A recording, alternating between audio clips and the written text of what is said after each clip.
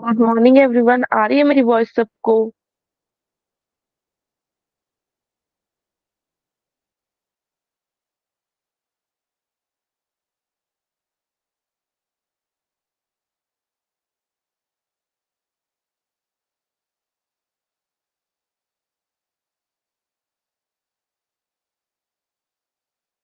आज हम सबसे पहले जो हमारा एक स्टार इफेक्ट वाला टॉपिक बचता था उसको कंप्लीट करेंगे।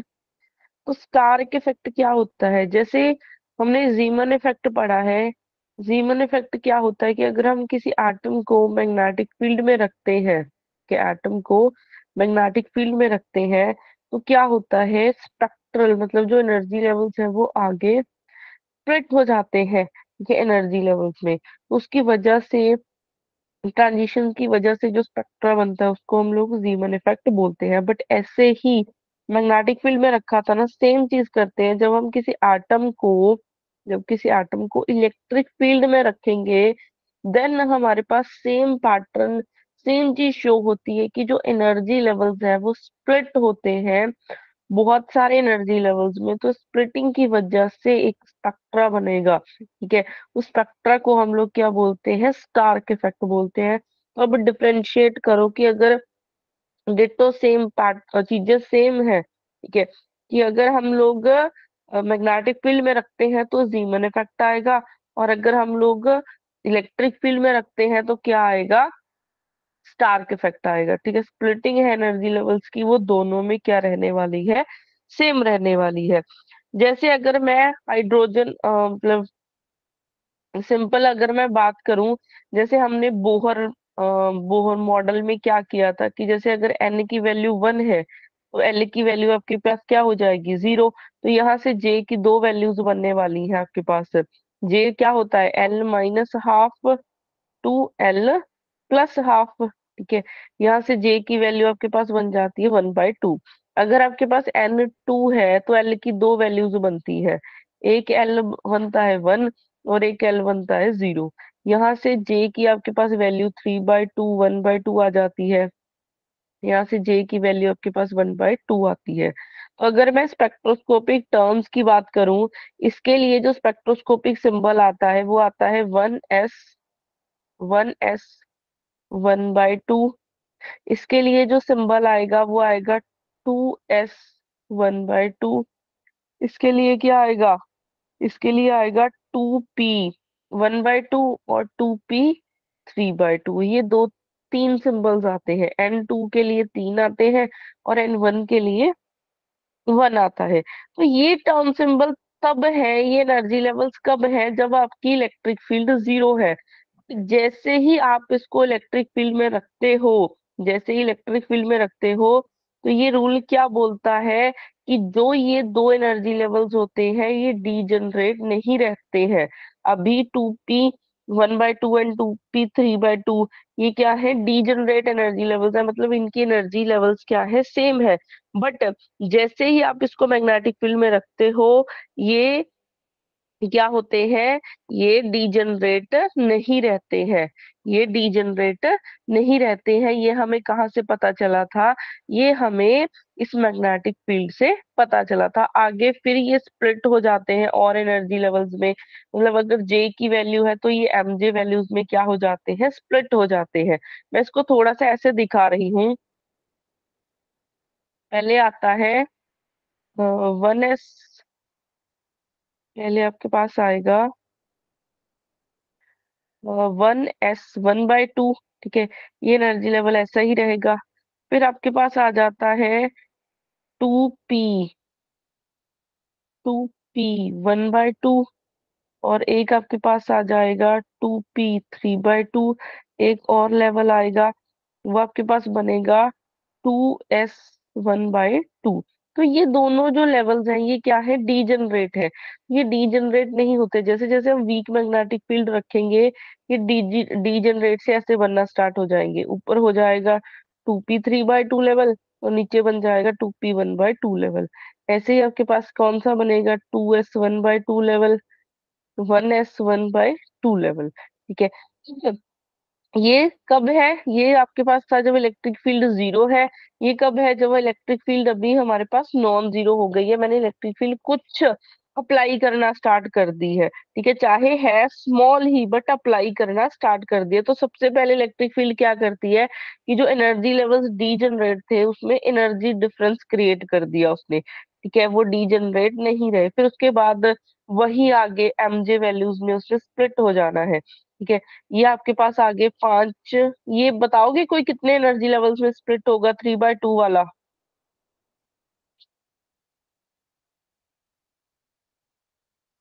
3/2 वाला कितने एनर्जी लेवल्स में स्प्लिट होगा?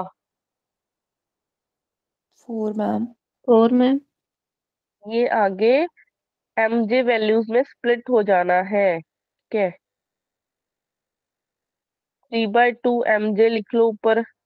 1/2 -1/2 -3/2, ऐसे ही सारे ये आगे दो में स्प्लिट हो जाता है कि 1/2 एंड -1/2।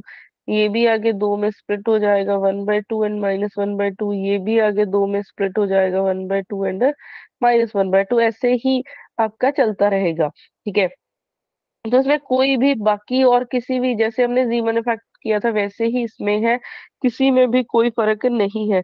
जैसे हमने वहां पे सिलेक्शन रूल किए थे, फॉर एग्जाम्पल वहां पे हमने सिलेक्शन रूल कर चुके हैं ना।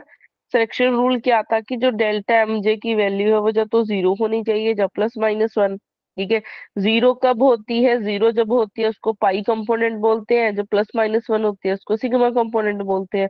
बाकी जो भी हमने चीजें की है ना, वो डिट्टो सेम है यहाँ पे भी। ठीक है, इसलिए स्टार के इफेक्ट कोई ज्यादा इम्पोर्टेंट इफेक्ट नहीं है, क्योंकि मतलब इम्पोर्टेंट तो है, पता होना चाहिए कि इसमें इलेक्ट्रिक फील्ड की वजह से होता है, बट ये चीज हम ऑलरेडी क्लास में कर चुके हैं। ठीक है, जीमन इफेक्ट और इसमें कोई फर्क नहीं है। बस इसमें उसमें हम लोग मैग्नेटिक फील्ड अप्लाई करते हैं, इसमें हम लोगों ने इलेक्ट्रिक फील्ड अप्लाई करनी होती है। ठीक है, अब इसमें आपके सिलेबस में दो चीजें मेंशन की हुई है। एक लीनियर स्टार के इफेक्ट है, एक क्वाड्रेटिक स्टार के इफेक्ट है। इन दोनों में क्या फर्क है? इन दोनों में क्या फर्क है ये लिख लेते हैं पहले। ये कर ली है स्लाइड सबने? कर दो नेक्स्ट।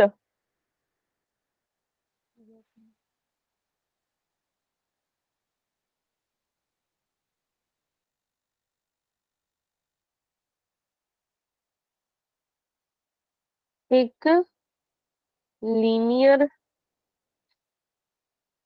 स्टार के इफेक्ट होता है और एक क्वाड्रेटिक स्टार के इफेक्ट है। इन दोनों में क्या फर्क है? लीनियर स्टार के इफेक्ट में क्या होता है? पहली चीज, ये इफेक्ट कब बनता है? हमारे पास बहुत सारे एनर्जी लेवल्स होते हैं, कि हमारे पास बहुत सारे एनर्जी लेवल होते हैं, बट सिमेट्रिकल एनर्जी लेवल्स होते हैं। और वर्ड देख लो, मैं बोल रही हूँ सिमेट्रिकल है, क्योंकि स्प्लिटिंग होनी है ना, स्प्लिट होके स्प्लिट होके बहुत सारे एनर्जी लेवल्स बनने हैं। ठीक है, स्टार के इफेक्ट में जब हम इलेक्ट्रिक फील्ड अप्लाई करेंगे तो बहुत सारे एनर्जी लेवल्स बन रहे हैं। तो जब सिमेट्रिकल एनर्जी लेवल्स बनते हैं, सिमेट्रिकल एनर्जी लेवल्स बनते हैं तो एक लेवल से दूसरे लेवल में ऐसे ट्रांजिशंस होती है जहां पे डेल्टा एम जे की वैल्यू जीरो या +-1 रहती है। तो अगर सिमेट्रिकल एनर्जी लेवल्स की वजह से जो पैटर्न बनता है उसको लीनियर स्टार के इफेक्ट बोलते हैं। अब कई एटम्स ऐसे होंगे, ठीक है, कई मॉलिक्यूल्स ऐसे होंगे जिसमें जो एनर्जी लेवल्स हैं वो सिमेट्रिक नहीं है, उसमें जो एनर्जी लेवल्स हैं वो सिमेट्रिक नहीं होते हैं। तो असिमेट्रिकल एनर्जी लेवल्स की वजह से, असिमेट्रिकल वर्ड यूज हो गया, असिमेट्रिकल एनर्जी लेवल्स की वजह से जो पैटर्न बनेगा, ठीक है, उसको हम लोग क्या बोलेंगे? उस इफेक्ट को हम लोग क्या बोलेंगे? क्वाड्रेटिक स्टार इफेक्ट बोलते हैं। ठीक है, सिर्फ इसमें इतना ही फर्क है कि एक में सिमेट्रिकल की वजह से होता है और दूसरे में असिमेट्री की वजह से हमारे पास जो पैटर्न बनता है, स्पेक्ट्रा बनता है, उसको हम लोग क्वाड्रेटिक स्टार इफेक्ट बोलते हैं। तो अगर पेपर में इसके रिलेटेड क्वेश्चन आता है तो इसी चीज में से क्वेश्चन बन सकता है। ठीक है, इसमें किसी को कोई डाउट हो? वैसे तो जो डिट्टो चीज हमने पहले की है वैसा ही सेम है।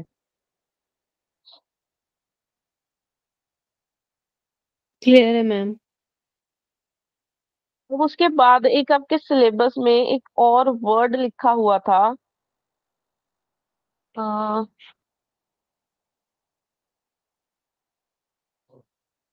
आपके सिलेबस में एक कॉम्बिनेशन गिवन था। यस, ये आपके सिलेबस में डायरेक्टली मेंशन किया हुआ है, प्रिंसिपल।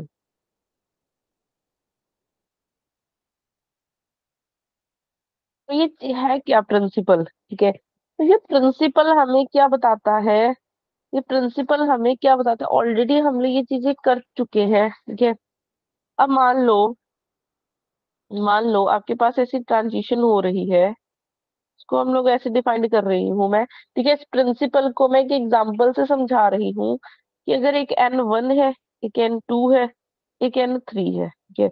यहाँ से यहाँ ट्रांजिशन हुई, वहां से मान लो आपके पास जो फ्रीक्वेंसी आती है, यहाँ जो N2 से N3, N2 से मान लो N1 तक मान लेते हैं। सबसे पहले N2 से N1 तक जब ट्रांजिशन हुई, तो वहां से जो फ्रीक्वेंसी निकली उसको हम लोग बोलते हैं N1 का नाम दे रही हूँ।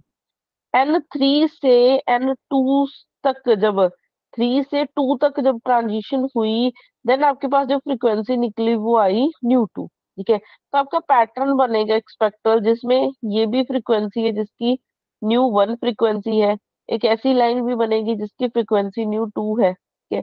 एक ऐसी लाइन भी आपके स्पेक्ट्रम में आएगी जो इन दोनों के कॉम्बिनेशन से बनेगी। कॉम्बिनेशन से मतलब इन दोनों का अगर मैं 3 से 1 तक आ जाऊं, तो हमारे पास जो स्पेक्ट्रल लाइन बनेगी उसकी फ्रीक्वेंसी हम मान लेते हैं N3। उसकी फ्रीक्वेंसी कितनी मान लेते हैं? N3।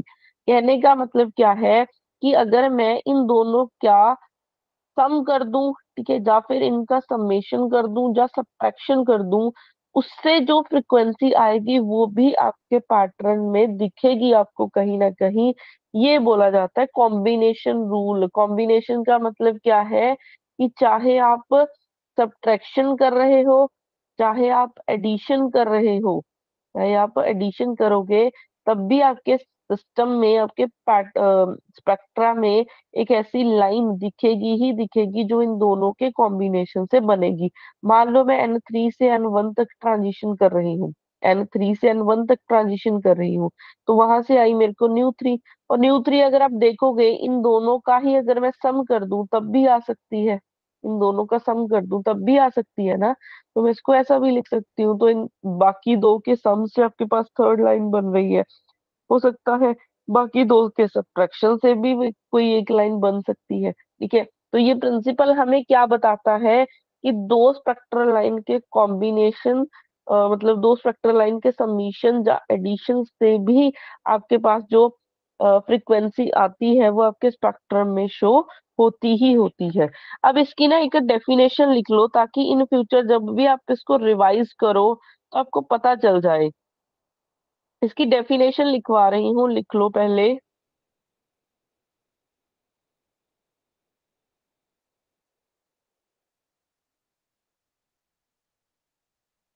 हमारे पास ये प्रिंसिपल क्या बोलता है? Combinational combination principle states that the spectral lines the spectral lines of any element include include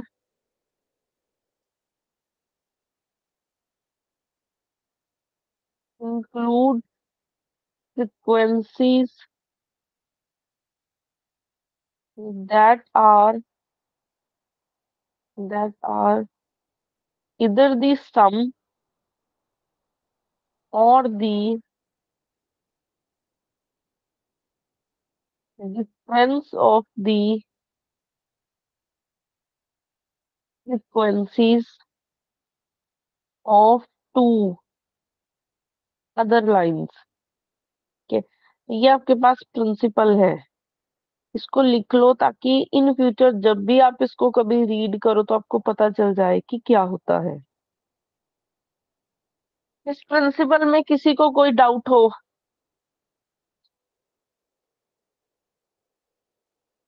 ना स्क्रीनशॉट लेना है। ले लो।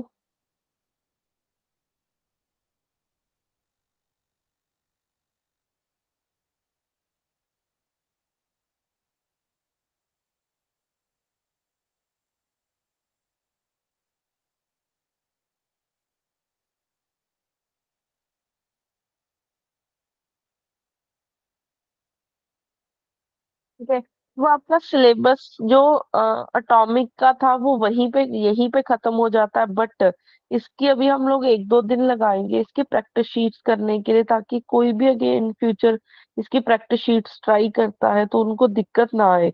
एक मैंने लास्ट लेक्चर में सैटरडे को जब किया था, एक प्रैक्टिस शीट ट्राई करने के लिए भेजी थी, वो की है सभी ने ट्राई? और मैं दोबारा से भेज देती हूँ ग्रुप्स में। मैम बैक स्लाइड करना।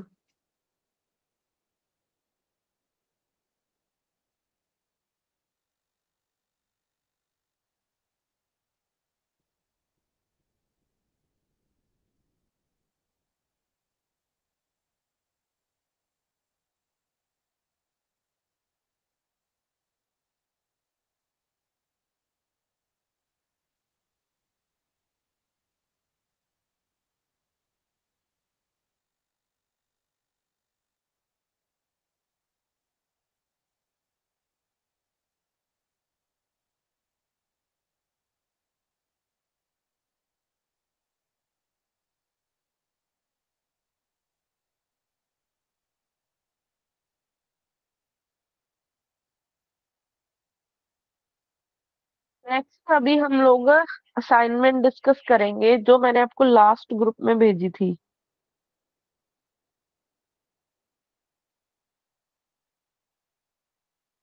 जल्दी से सभी ओपन कर लो अपनी, मैं दोबारा से भी मैंने ग्रुप्स में भेज दी है सबके, तो वो असाइनमेंट ओपन कर लो जल्दी से।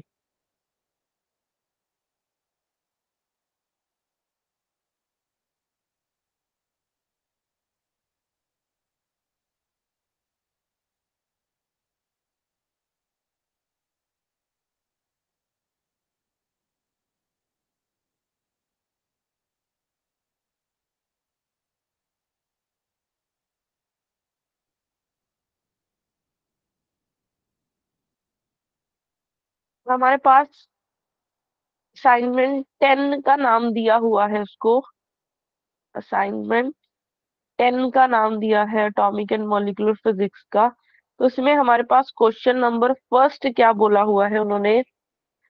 Pose EnEH be the binding energy of hydrogen atom, and EP be the binding energy of positronium atom, which consists of positron and electron, then which of the following statement is true? अगर मैं hydrogen atom की बात करती हूँ, ठीक है, hydrogen atom की बात करती हूँ तो हाइड्रोजन एटम के लिए हमने एनर्जी की हुई है, वो क्या थी? -13.6 इलेक्ट्रॉन वोल्ट। ठीक है, ये एनर्जी की हुई है हमने। अगर मैं पॉजिट्रोनियम के लिए, किसी का माइक ऑन है उसको ऑफ कर लो, पॉजिट्रोनियम एटम के लिए बात करती हूँ, ये भी हम लोग क्लास में ऑलरेडी डिस्कस कर चुके हैं।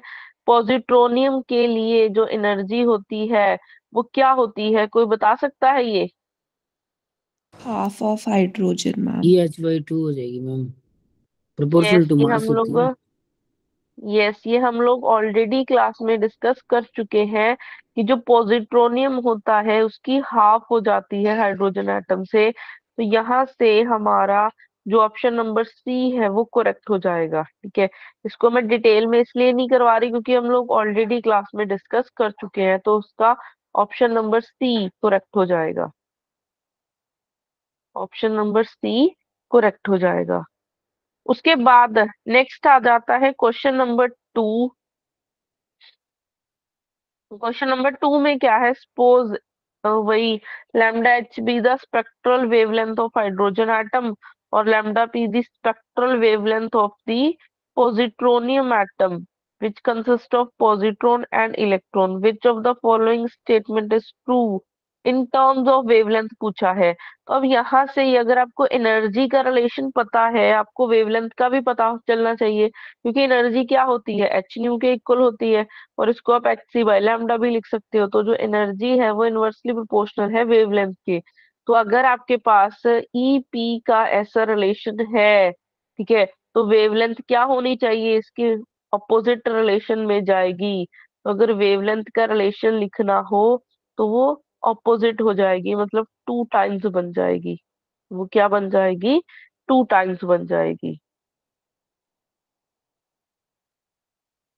तो ये आपका ऑप्शन नंबर बी करेक्ट हो जाएगा। ठीक है, अगर आपको एनर्जी का रिलेशन पता है, एनर्जी और वेवलेंथ दोनों इनवर्स में होते हैं, हमें पता है, इसलिए इसका ऑप्शन नंबर बी क्या हो जाएगा, करेक्ट हो जाएगा। बिल्कुल ऑपोजिट कर देना है, कुछ भी नहीं सोचना है। उसके बाद नेक्स्ट हो जाता है क्वेश्चन नंबर 3। क्वेश्चन नंबर 3 क्या है, म्यूऑन मतलब मेसॉन है आपके पास, can be captured by a proton to form hydrogen like and muonic atom. हम लोग म्योनिक एटम के बारे में पढ़ चुके हैं ऑलरेडी क्लास में, कि जिस दिन हमने रिड्यूस मास वाला कॉन्सेप्ट किया था। म्योनिक एटम कोई बता सकता है कैसे बनता है?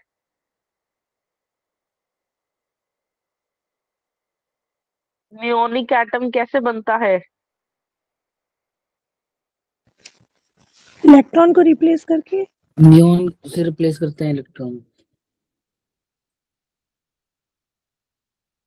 वो चीजें की थी हमने। एक हाइड्रोजन एटम है, ये हाइड्रोजन एटम के न्यूक्लियस में एक प्रोटॉन प्रेजेंट होता है और बाहर इलेक्ट्रॉन होता है। म्यूऑन में हमने क्या किया था, म्यूऑन में हमने क्या किया, इलेक्ट्रॉन को म्यूऑन से रिप्लेस कर दिया था। बाहर हमने इलेक्ट्रॉन को म्यूऑन से रिप्लेस कर दिया था। और अगर मैं पॉजिट्रोनियम की बात करती हूँ, 3 ही तरह के एटम हमने किए थे। पॉजिट्रोनियम की बात करती हूँ, उसमें इलेक्ट्रॉन तो बाहर है ही है, बस अंदर प्रोटॉन की जगह पे पॉजिट्रॉन रख दिया था हमने। ठीक है, ये 3 तरह के एटम्स हमने किए थे। तो इस केस में जब म्योनिक एटम के लिए बात कर रहे हैं, उन्होंने बोला है द फर्स्ट, क्वेश्चन नंबर 3 क्या है, the radius of first Bohr orbit is. Question number 3 में हमने निकालना है the radius of first Bohr orbit is. First Bohr orbit, तो फर्स्ट बोहर ऑर्बिट मतलब एन की वैल्यू हम लोग 1 लेके चलेंगे। ठीक है, एन की वैल्यू हम लोग 1 लेके चलेंगे। रेडियस का, अगर मैं म्योनिक के रेडियस की बात करती हूँ, तो वो उसका हाइड्रोजन के साथ कैसा रिलेशन था? हाइड्रोजन के साथ रिलेशन बताओ जल्दी से, कैसा था? 1/186 दोबारा रिपीट करना, कितना था? 1/, 1/186। टाइम्स था। Radius of hydrogen. ठीक है, ये हम लोग चीज ऑलरेडी क्लास में कर चुके हैं कि जो म्योनिक का रेडियस है वो किसके इक्वल होता है, 1/, मतलब 186 times the radius of hydrogen. ठीक है, तो यहाँ पे हमारे पास ये वाला चीज, अगर 1/186 को करोगे आप रेसिप्रोकल, मतलब इसको पॉइंट्स में निकाल लो, क्योंकि कोई भी हमें 1/186 टाइम्स नहीं लिखा हुआ, सारा पॉइंट्स में लिखा हुआ है, तो उसको पॉइंट्स में कन्वर्ट कर लो। बात आती है हाइड्रोजन की, हाइड्रोजन का R H, first Bohr radius की बात हो रही है, तो फर्स्ट बोहर रेडियस उसका कितना होता है, बोलो? First Bohr radius 0 point 529 529। 53 बोल सकते हो। ठीक है, फर्स्ट बोहर रेडियस हम लोग ये ऑलरेडी क्लास में कर चुके हैं। फर्स्ट बोहर रेडियस हमारे पास क्या होता है, 0.53 एंगस्ट्रॉम। तो उसकी वैल्यू रखोगे आप, इसको कैलकुलेट करके बताना कितना आता है, डिवाइड करना है जस्ट आपने। आर 0.285 0.285, बाकियों का भी इतना ही बन रहा है। पाइकोमीटर। पिकोमीटर में निकाला है आपने? पिको में आएगा ना मैम ये। यस, ऑप्शंस पिकोमीटर में दे रखे हैं। अगर सबका इतना ही बन रहा है तो इसका मतलब ऑप्शन नंबर ए ही करेक्ट हो जाएगा। ऑप्शन नंबर ए ही करेक्ट हो जाएगा। एक बार ये चीज सबको रिवाइज करवा देती हूँ कि हमने एक हाइड्रोजन एटम किया था, एक हमने पॉजिट्रोनियम एटम किया था, के पॉजिट्रोनियम एटम कर चुके हैं, एक हमने किया हुआ है म्योनिक एटम। हाइड्रोजन एटम का जो रेडियस था वो कितना आया है? 0.53 एंगस्ट्रॉम। 0.53 एंगस्ट्रॉम आता है। साथ में फैक्टर बोलो क्या आता है? L square by Z. L square by Z, ये फैक्टर आता है। जी मैम। ओके, अगर हम लोग एनर्जी की बात करते हैं, हाइड्रोजन एटम की जो एनर्जी है वो होती है -13.6 इलेक्ट्रॉन वोल्ट। साथ में क्या होता है? Z square by N square. और इसका रिडबर्ग कांस्टेंट की वैल्यू हम लोग कर चुके हैं। रिडबर्ग कांस्टेंट की वैल्यू क्या आई थी? 1.097 10 की पावर 7 पर मीटर। यस, ये आई थी। और हमारे पास ये तीन फैक्टर्स थे, ठीक है। ऐसे ही अगर मैं पॉजिट्रोनियम के लिए बात करती हूँ, पॉजिट्रोनियम के लिए पी से डिनोट कर देते हैं इसको। आर पी किसके इक्वल होता है? RH/2। ठीक है। अगर आपने एनर्जी लिखनी हो इसकी तो वो कितनी आती है? 2 टाइम्स आ जाती है। 2 टाइम्स एनर्जी ऑफ दिस। और अगर मैं आर पी की बात करती हूँ तो वो 2 टाइम्स RH हो जाएगा। ठीक है। ऐसे ही अगर मैम मैं आपने म्योनिक उल्टा लिखा। पॉजिट्रोनियम में रेडियस 2 टाइम्स होती है, एनर्जी हाफ होती है। उल्टा लिख दिया हमने क्या? सॉरी सॉरी, मैं भी सोच रही हूँ कुछ तो गड़बड़ है। रेडियस होता है 2 टाइम्स और एनर्जी होती है हाफ, तो ये भी दोनों हाफ हो जाएंगे। अच्छा, म्योनिक एटम के लिए क्या होता है? 1/86 टाइम्स RH, यही होता है फॉर्मूला। Yes ma'am. और जो एनर्जी है वो 186 टाइम्स टाइम्स हो जाती है। याद कर लो क्या था, यही लिखा है मैंने। यस ये मैम, एनर्जी 186 टाइम्स हो जाती है इसकी। क्या हुआ? सेम यही है फॉर्मूला जो आपने लिखा अभी। ठीक है, तो ये वाली चीजें हम लोग ऑलरेडी क्लास में कर चुके हैं क्योंकि इसके रिलेटेड क्वेश्चन आने हैं, इसलिए मैं आपको रिवाइज कर रही हूँ कि इन चीजों को आपको याद रखना है। इसके बिना क्वेश्चंस नहीं होंगे पेपर में, इस टेबल के बिना। उसके बाद नेक्स्ट हमारे पास आ जाता है क्वेश्चन नंबर 4। क्वेश्चन नंबर 4 में म्योनिक की ही बाइंडिंग एनर्जी पूछी हुई है, तो मैम म्योनिक 1 मिनट स्लाइड बैक करना मैम। स्क्रीनशॉट ले लो। ओके मैम, हो गया। म्योनिक की ही हमें बाइंडिंग एनर्जी पूछा हुआ है, एनर्जी पूछा हुआ है। तो अगर म्योनिक की एनर्जी देखनी हो, वो 186 टाइम्स दी हाइड्रोजन एटम है। तो हाइड्रोजन एटम की अभी एनर्जी पता है कितनी होती है? -13.6 इलेक्ट्रॉन वोल्ट। तो ये वैल्यू रखोगे आप, करोगे इसको कोई कैलकुलेट, कितना बनेगा? मैडम यहाँ म्योनिक कहाँ लिखा है? बाइंडिंग एनर्जी ऑफ एटम लिखा है यहाँ। एक्चुअली वो ना जो क्वेश्चन है थर्ड, एक स्टेटमेंट इन्होंने मेंशन कर रखी है, वो थर्ड फोर्थ के लिए सेम है। Third fourth, okay. तो यस, थर्ड फोर्थ क्वेश्चन के लिए वो स्टेटमेंट सेम है। इससे कैलकुलेट करके बताना क्या आएगा।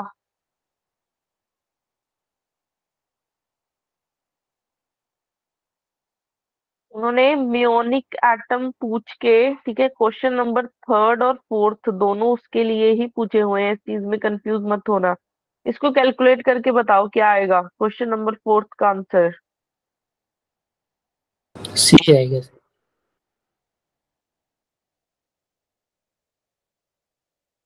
C option 2530 electron volt. Yes ma'am. ये तो इसका ऑप्शन नंबर सी आ जाएगा करेक्ट। सारी डायरेक्ट कॉन्सेप्ट बेस्ड क्वेश्चंस हैं। उसके बाद आ जाता है next question number fifth. First line of Balmer series. Balmer series hydrogen atom के लिए हम लोग कर चुके हैं। 3226560 ए आंसर होगा मैम।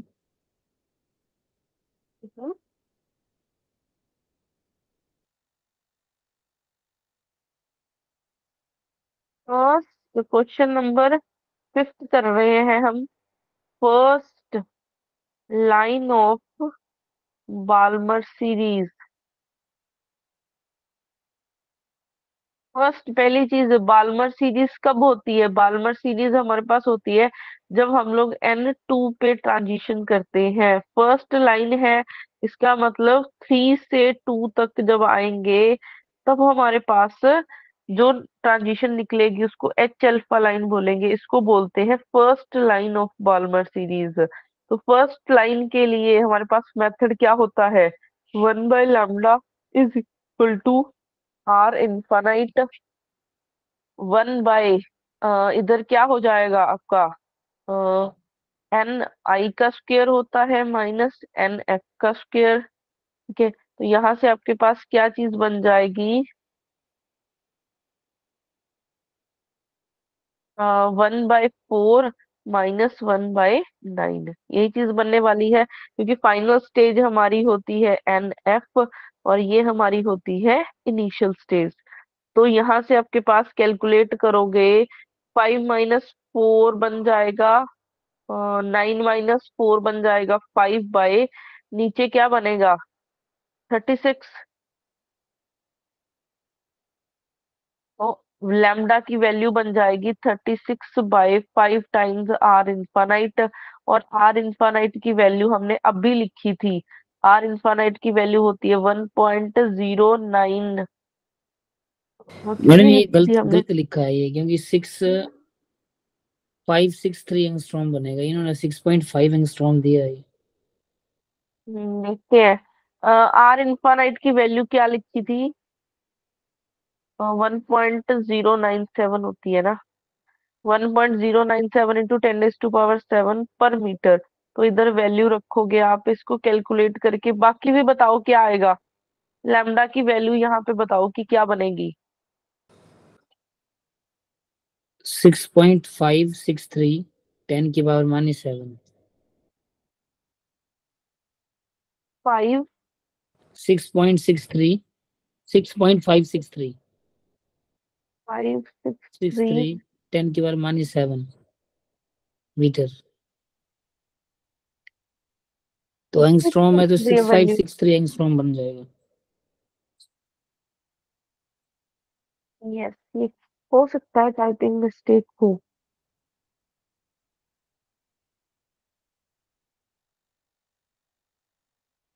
अगर मीटर्स में तो आंसर उन्होंने मेंशन नहीं किया हुआ, एंगस्ट्रॉम में मेंशन किया हुआ है, तो इसके लिए आपको 10⁻⁻10 बनाना पड़ेगा।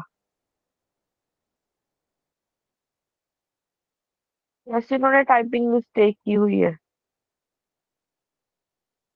मैम फॉर्मूला में एनएफ की वैल्यू पहले नहीं आएगी?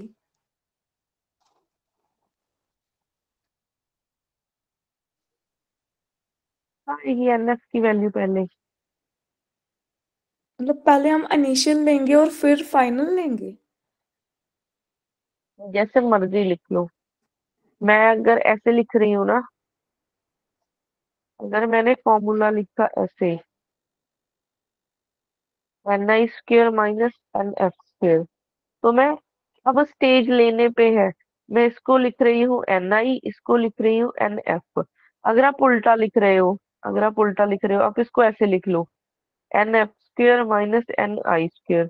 मेरी ट्रांजिशन ऊपर से नीचे की तरफ हो रही है ना, तो इनकी भी ऊपर से नीचे की तरफ, और इसको Nf बोलूंगी, इसको Ni बोलूंगी, तब भी सेम बात बनेगी। Okay ma'am. ठीक है, तो उस पर कंफ्यूज होने वाली बात नहीं है। जो हमने ये लिखा है ये सही लिखा हुआ है। ये किसके अकॉर्डिंग लिखा है? मैंने Nf नीचे वाले को बोला है और Ni नीचे, वैसे मैंने उल्टा लिख गई हूँ इधर, ये मैं चीज उल्टा लिख गई हूँ। ऐसे लिखना चाहिए। एक मिनट, इसको करेक्ट कर देती हूँ मैं, अगर आप कंफ्यूज होते हो। ये हमारा Ni है, ये Nf है, और इधर मैडम ऐसे उल्टा लिख हो लेना, जाएगा। 1/λ is equal to r into 1/n lower square minus 1/n higher square, जैसे मर्जी लिख तो सकते हो, कंफ्यूजन नहीं होगा फिर। जैसे मर्जी लिख सकते हो आप इस चीज को, ठीक है, जैसे आपको कन्वीनियंट लगता है। तो इसका आंसर हमारे पास ये वाली चीज बन जाएगी। अगर इसको एंगस्ट्रॉम में कन्वर्ट करोगे, ये 6.5 पॉइंट्स को उधर लेके जाना पड़ेगा आपको। यस, उन्होंने क्योंकि 6 पॉइंट समथिंग दे रखा है ना आंसर, तो वो गलत दिया हुआ है।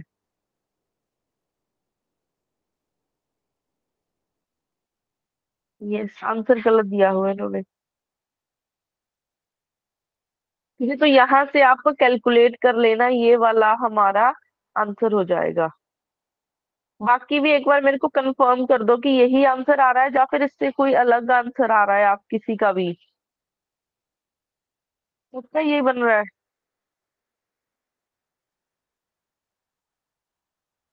है। उसके बाद अब नेक्स्ट आ जाता है क्वेश्चन नंबर 6। क्वेश्चन नंबर 6 क्या है? In hydrogen spectrum the ratio of wavelength for Lyman alpha radiation to Balmer alpha radiation. हाइड्रोजन की बात हो रही है, पहले L alpha divided by H alpha, इन दोनों की रेशियो निकालनी है, वेवलेंथ की रेशियो। तो अगर हम लोग 1/3। लाइमन की बात करते हैं, तो लाइमन के केस में क्या होता है? ट्रांजिशन हमारी फर्स्ट पे आती है, ठीक है, फर्स्ट की बात कर रहे हैं, इसका मतलब N2 से N1 तक ट्रांजिशन होने वाली है। और अगर मैं फर्स्ट बाल्मर की बात करती हूँ, फर्स्ट बाल्मर के लिए N3 से N2 तक ट्रांजिशन होगी। बाल्मर के लिए तो फर्स्ट लाइन के लिए हम अभी निकाल चुके हैं वेवलेंथ, एच अल्फा के लिए वो कितनी आया था हमारा? ये आया था 36 बाय, ये अभी निकाल चुके हैं हम लोग, 36/5 R इनफाइनाइट। अगर हमने इसके लिए निकालनी हो, ये क्या बनेगी? Lambda L alpha is equal to, कोई बता सकता है इसकी कितनी बनेगी वैल्यू? 1/3 मैम। इसकी बनेगी 4/3 r। ये बनेगी, ठीक है, तो अगर मैं दोनों को डिवाइड कर देती हूँ, 4/3 R infinite divided by 36/5 infinite, यहाँ से ये कट जाएगा, तो 4/3 इंटू 5/36, ये कट किया जाएगा 9, तो 5/27 आएगा आंसर इसका। यस, ऑप्शन नंबर सी आ जाएगा, ऑप्शन नंबर सी आ जाएगा आंसर।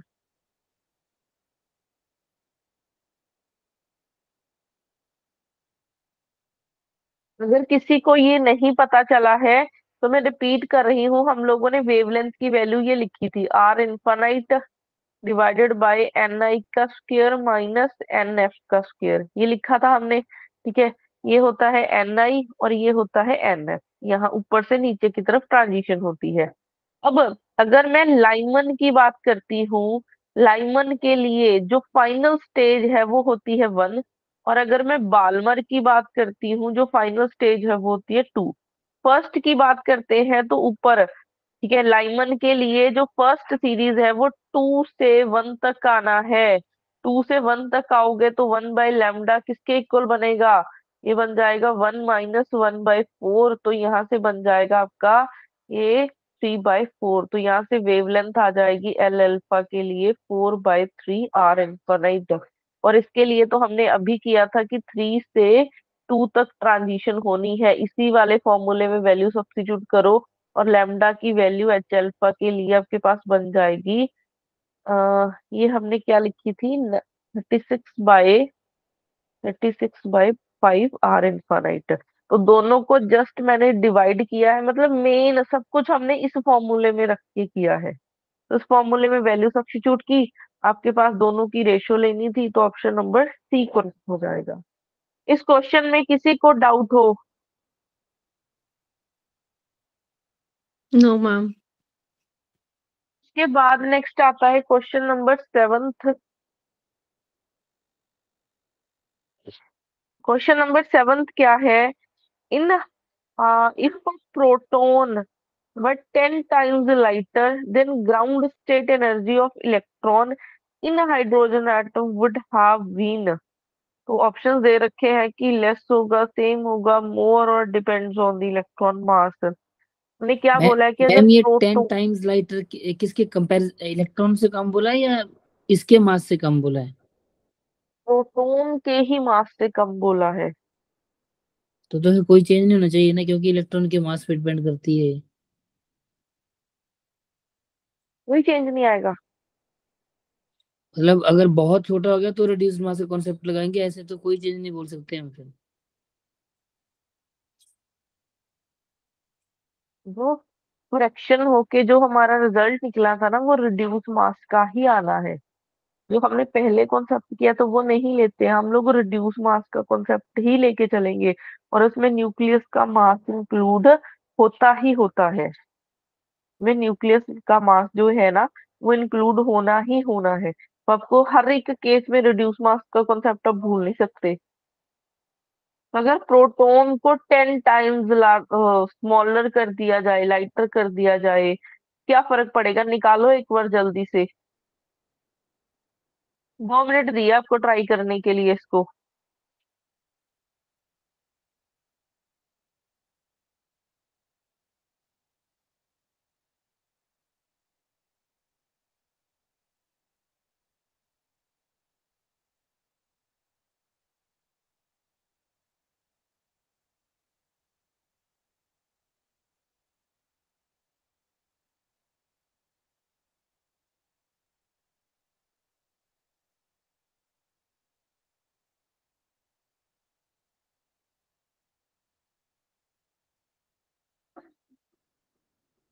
अगर मैं वैसे हाइड्रोजन एटम की एनर्जी देखूं, हाइड्रोजन एटम की एनर्जी हमारे पास ये होती है -μZ²E4/8 और साथ में आपके पास 1/n² का फैक्टर होता है। ठीक है, या फिर इसको हम लोगों ने ऐसे याद किया हुआ है, -13.6 इलेक्ट्रॉन वोल्ट लिखा हुआ है। ठीक है, और आपके पास इसको ऐसे लिखना चाहिए,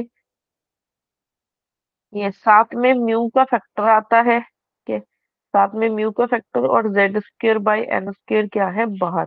इतनी चीज तो हमने की हुई है। ठीक है, इतनी चीज तो हमने की हुई है। जो म्यू है, म्यू म्यू क्या होता है, म्यू क्या होता है, रिड्यूस मास होता है। वो होता है small M capital M by small M plus capital M. Small M होता है मास ऑफ इलेक्ट्रॉन, और जो कैपिटल एम है वो मास ऑफ प्रोटॉन होगा, जब मास ऑफ न्यूक्लियस बोल सकते हो। अब यहाँ पे हमारे पास, इसको मैं ऐसा लिख सकती हूँ, mass of electron into mass of proton divided by mass of electron plus mass of proton. अब हमारे पास इस केस में क्या है, इस केस में जो प्रोटॉन का मास है वो हमने 10 टाइम्स, मैं डैश लेके चल रही हूँ यहाँ पे, इसको मैं चाहे किसी और कलर से कर देती हूँ। जो मास है हमने प्रोटॉन का वो 10 टाइम्स स्मॉलर कर दिया है, 10 टाइम्स स्मॉलर कर दिया। तो रिड्यूस मास के ऊपर क्या फर्क पड़ेगा, एमई को ऐसे ही रखा, यहाँ पे 10 टाइम्स स्मॉलर हो गया divided by ME plus MP/10। तो उसको सॉल्व करोगे, ऊपर से निकलेगा फैक्टर, ऊपर से 10 का फैक्टर आएगा डिवाइडेड बाय 10 डिवाइडेड बाय, नीचे से कितना आ जाएगा, 11/10 का फैक्टर। यस, ऊपर नीचे से 11/10 क्या, 11 एम 10 me प्लस सॉरी, वो आएगा ना।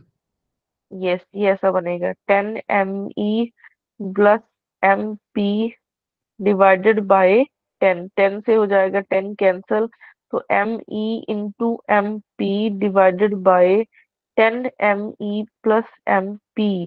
अब आपको एक चीज पता है, हमें प्रोटॉन का, अगर मैं, ठीक है, साइड में लिख देती हूँ, जो प्रोटॉन का मास होता है वो क्या होता है, 1836 1836 times the mass of electron.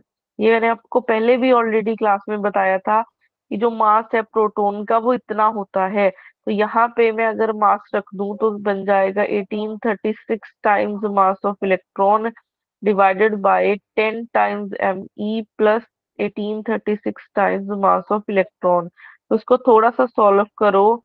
ऊपर बन जाएगा me², नीचे बन जाएगा, उसमें प्लस होना है, तो 46 टाइम्स me। एक me से me कैंसिल हो जाएगा। इसको करना डिवाइड, कितना बनेगा?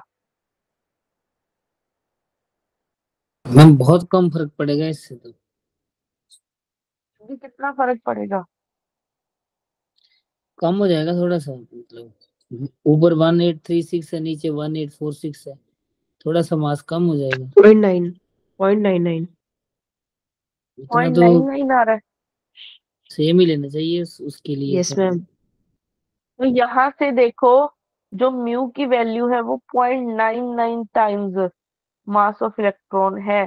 तो 0.99 टाइम्स बढ़ा है मास, ठीक है, 0.99 टाइम्स इंक्रीज हुआ है। तो अगर आपका रिड्यूस मास इंक्रीज हुआ है, यहाँ पे ये दोनों इनडायरेक्टली पड़े हुए हैं। इंक्रीज कैसे हुआ मैम? इस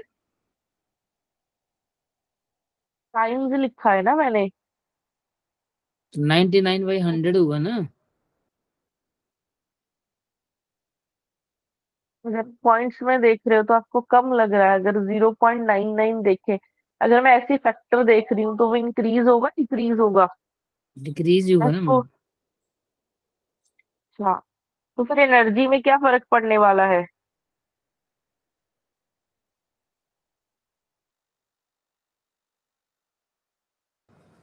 कम हो जाएगी एनर्जी। एनर्जी आपकी लो हो जाएगी। उन्होंने पूछा लेट्स है ground state, ground state energy पूछा है ना हमसे। Yes, ground state energy of hydrogen atom.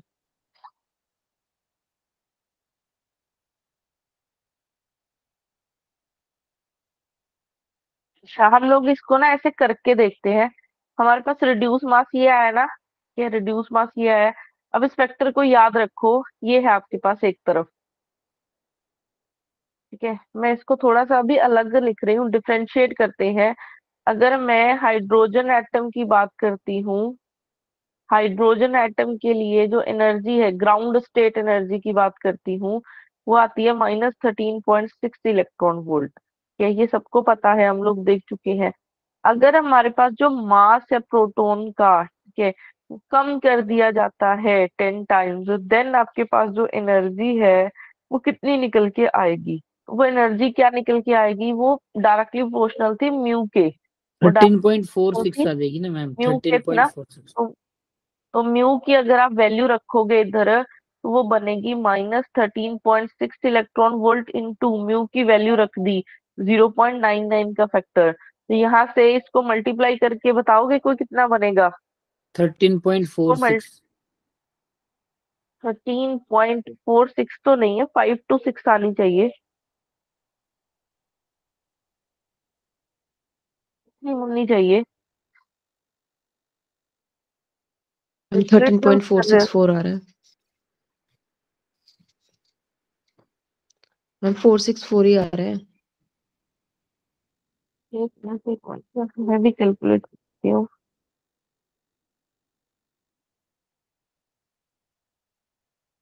ये 13.464 आ रही है, 13.464 आ रही है डिक्रीज हुई फिर। मैम। मैम 13.52 आएगी अगर 0.994 लेते हैं तो, जैसे आप बोल रहे हैं ना, अगर 0.994 लेंगे तो आ जाएगी पूरी। अगर इधर ना हम लोग इसको पॉइंट्स लेके चलते हैं पीछे, सही बात है, 0.994 लेके चलते हैं, तो जो मैंने वैल्यू लिखी है वो उतनी आ जाएगी। ये बन जाएगी 013.56526, ये बन जाएगी।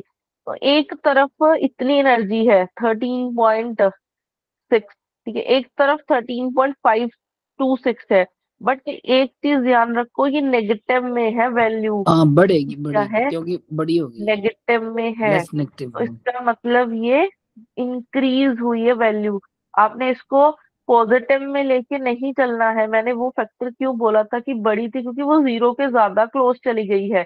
एक तरफ ये जीरो है, एक तरफ -1 है, एक तरफ -2 है, तो -1 वाली एनर्जी ज्यादा है, ठीक है, -1 वाली एनर्जी ज्यादा है, इसका मतलब ये वाली एनर्जी हमें ज्यादा मिली है, तो ग्राउंड स्टेट की एनर्जी ज्यादा हो गई है। ये वाला ऑप्शन आपका करेक्ट हो जाएगा। हमसे हाइड्रोजन एटम की ग्राउंड स्टेट की एनर्जी पूछी थी, तो वो एनर्जी बढ़ जाएगी, या वो ग्राउंड स्टेट की एनर्जी क्या हो जाएगी? बढ़ जाएगी। तो उसका ऑप्शन नंबर बी करेक्ट हो जाएगा, मोर हो जाएगी। ऑप्शन नंबर बी करेक्ट हो जाएगा।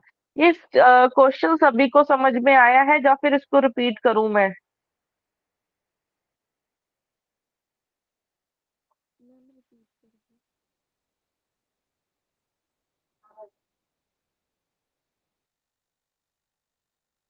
हमने कुछ भी नहीं किया। एक तरफ हाइड्रोजन एटम था, एक तरफ हाइड्रोजन एटम की जो एनर्जी थी वो डायरेक्टली प्रोपोर्शनल होती है म्यू के। अगर हमने मास को बढ़ा दिया, मतलब सॉरी, मास को कम कर दिया, ठीक है, 10 टाइम्स बढ़ा दिया था प्रोटॉन के मास को, तो उससे हमारे पास जो रिड्यूस मास था वो 0.99 टाइम्स आ गया था, ठीक है। तो जस्ट मैंने वैल्यू सब्स्टिट्यूट की और हमने दोनों का कंपैरिजन किया, तो इस वाले केस की जो ग्राउंड स्टेट की एनर्जी थी वो ज्यादा आ रही थी। तो अगर आप प्रोटॉन का मास 10 टाइम्स कम कर देते हो तो ग्राउंड स्टेट की एनर्जी इंक्रीज हो जाएगी। तो ऑप्शन नंबर बी क्या हो जाएगा? करेक्ट हो जाएगा। उसके बाद मैम नेक्स्ट हमारे पास, हाँ जी, मैम हम इस क्वेश्चन को जनरल वे से नहीं कर सकते? अगर हमें स्पेसिफिक वैल्यूज पूछी थी तो हम इस पैटर्न से करते। अगर उन्होंने हमें सिंपल जनरल मोर लेस के लिए पूछा हुआ है, जैसे हमने क्वेश्चन नंबर 2 में देखा था कि E of proton is equal to half of E of hydrogen, तो एनर्जी की बात चल रही है, तो एक अप्रोक्सीमेट तरीके से हम लिंक नहीं कर सकते थे क्वेश्चन को नहीं, क्योंकि मेरे को पॉइंट्स की एनर्जी को वैल्यू लेके? देखनी पड़ती, कितनी आएगी, वैल्यू देखनी पड़ती।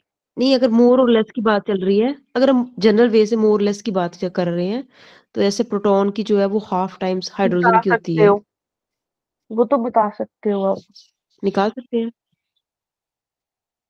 ये ओके मैम। बता सकते हो वो तो। उसके बाद नेक्स्ट आ जाता है क्वेश्चन नंबर 8। क्वेश्चन नंबर 8 क्या है? The Bohr model gives the value of ionization potential of lithium 2+ ion is. हमने लिथियम 2+ आयन के लिए देखना है।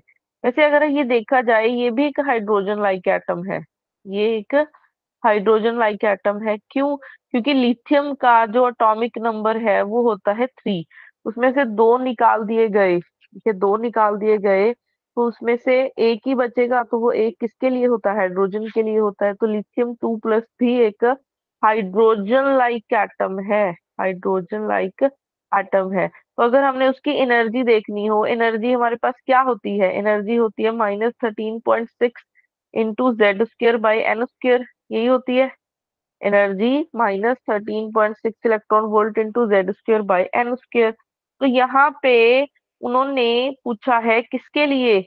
उन्होंने पूछा है लिथियम के लिए। लिथियम के लिए Z होता है 3, तो अगर लिथियम के लिए निकालनी हो तो ये बन जाएगा। इन्होंने मेंशन नहीं किया ना फर्स्ट की सेकंड, तो इसलिए हम लोग क्या लेके चलेंगे? N की वैल्यू को 1, Z की वैल्यू क्या रख दोगे? 3, 3 का स्क्वायर बाई 1 का स्क्वायर, तो यहाँ से 3 टाइम्स करोगे, ये आ जाएगी आपकी 9। मल्टीप्लाई करके क्या बनेगा आंसर? 122.4।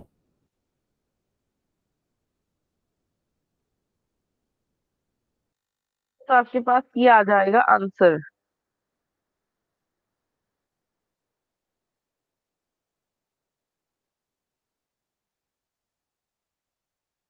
122 लिथियम के लिए आ जाएगा -122.4 इलेक्ट्रॉन वोल्ट। तो ऑप्शन नंबर डी करेक्ट हो जाएगा। ऑप्शन नंबर डी हमारा करेक्ट हो जाएगा। ऐसे आप किसी के लिए भी निकालना चाहो तो जस्ट आपने क्या पता चला z की वैल्यू में चेंज आना है, और किसी में भी चेंज नहीं आना, सिर्फ z की वैल्यू में चेंज आना है। अगर हीलियम के लिए पूछा जाता आप तो z को 2 रख देते, किसी की भी एनर्जी निकाल सकते हो।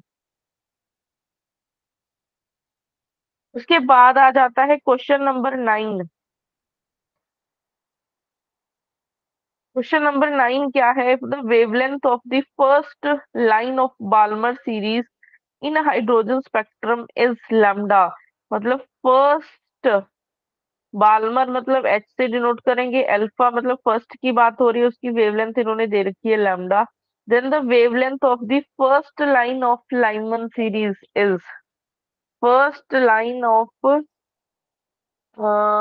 लाइमन सीरीज मतलब हमने लैम्डा एल अल्फा की वेवलेंथ निकालनी है। तो अगर मैं बाल्मर सीरीज की बात करती हूँ कि बाल्मर सीरीज के लिए 1/लैम्डा किसके इक्वल होता है? आर इन्फानाइट 1/ni का स्क्वायर माइनस NF का स्क्वायर।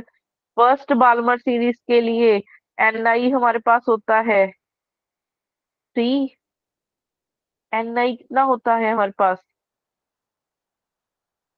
3 होता है, और NF हमारे पास उल्टा लिख गई, ये ऐसा होता है।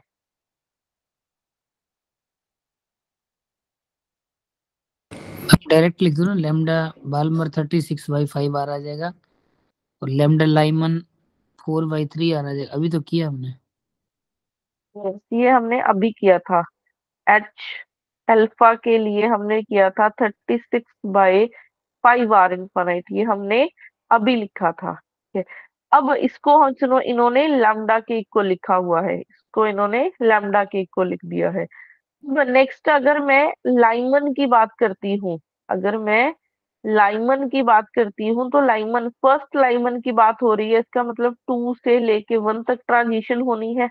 2 से लेके 1 तक होनी है तो 1/लैम्डा आर इनफाइनाइट 1 - 1/4।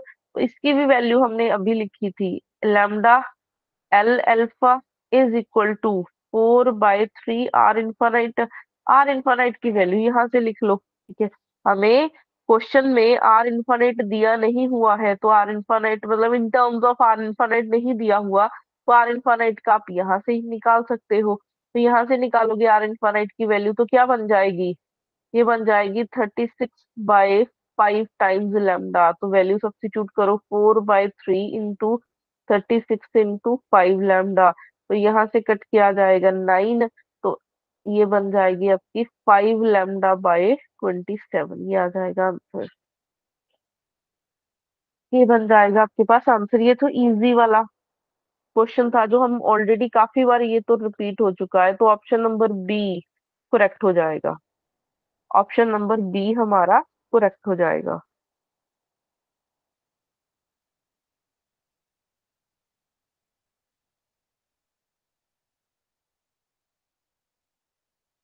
उसके बाद नेक्स्ट आ जाता है question number 10th। Question number 10th क्या है? The radius of hydrogen atom in its ground state.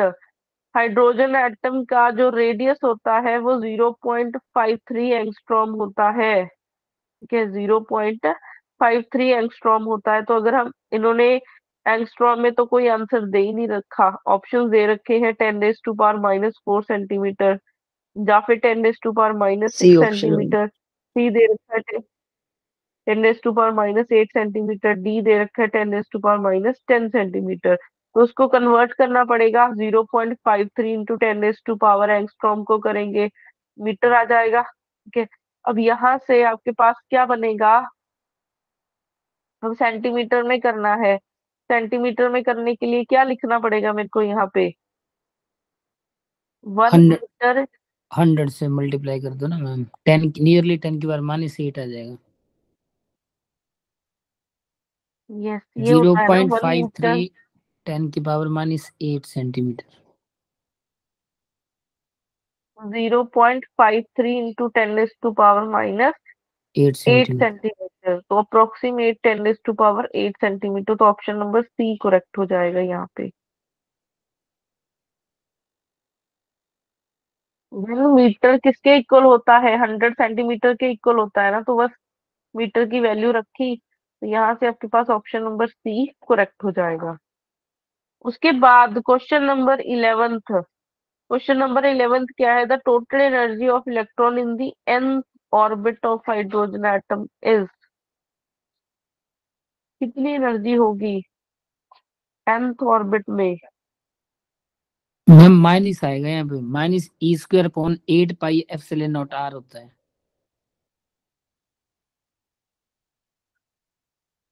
कौन से क्वेश्चन की बात करी? 11th की?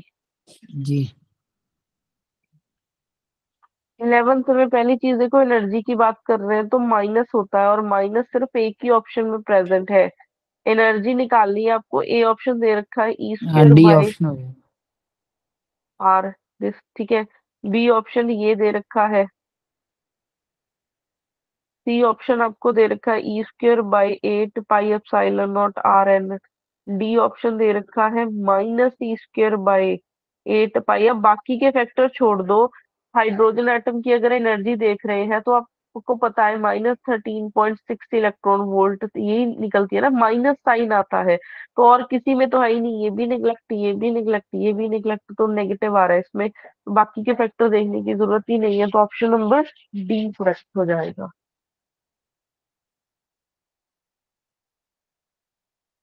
उसके बाद नेक्स्ट आ जाता है question number 12th।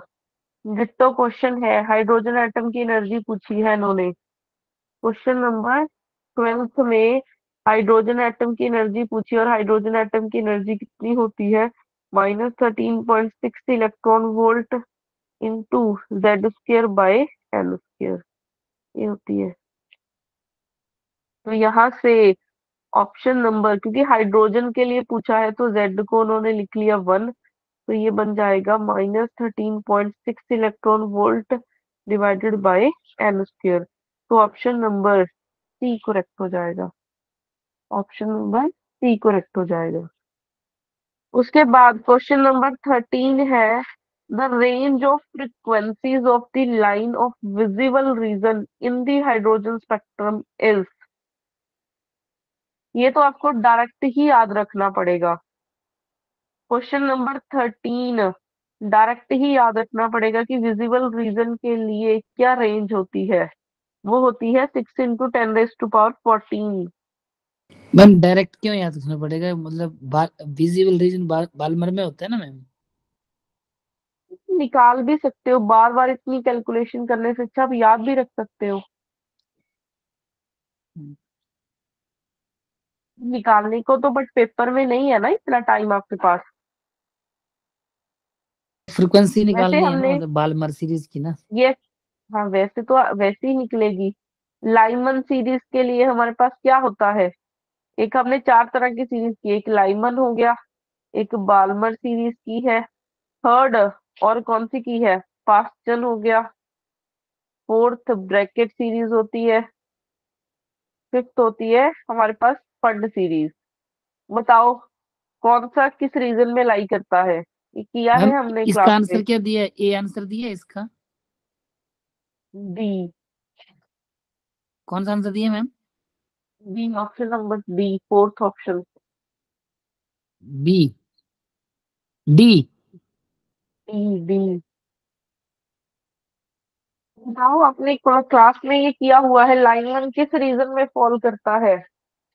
Lyman UV ma'am में आएगा, यूबी। बालमर विजिबल में आएगा, और लास्ट के 3 हमारे पास आईआर में आ जाएंगे। लाइनमैन किस में होता है? यूबी। अल्ट्रा। यूबी। ये होता है विजिबल रीजन में। Last 3 one is IR. ये सारे बाकी सारे आईआर में फॉल करते हैं। ये इंपॉर्टेंट चीज है, इसको ऐसे लिख लेना बना के। तो विजिबल रीजन में बाल्मर सीरीज में फॉल करना है, और विजिबल रीजन फॉल किस किस विजिबल रीजन की आप रेंज देख लेना एक बार क्या होती है।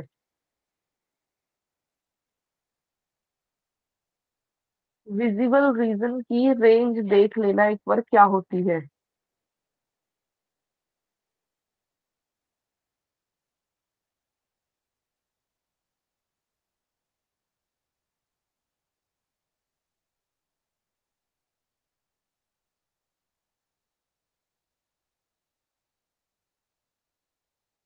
आप आपके लिए होमवर्क है, इसको चेक कर लेना आप उसकी क्या बनेगी।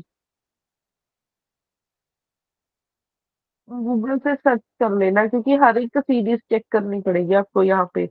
एक थोड़ा सा एस्टिमेट, देखो आपको थोड़ा सा एस्टिमेट जरूर पता होना चाहिए कि यूवी रेंज है वो इसकी क्या फ्रिक्वेंसी रेंज होती है, मैम इसका न्यूमेरिकल वैल्यू। आंसर इसका ना ए आना चाहिए वैसे,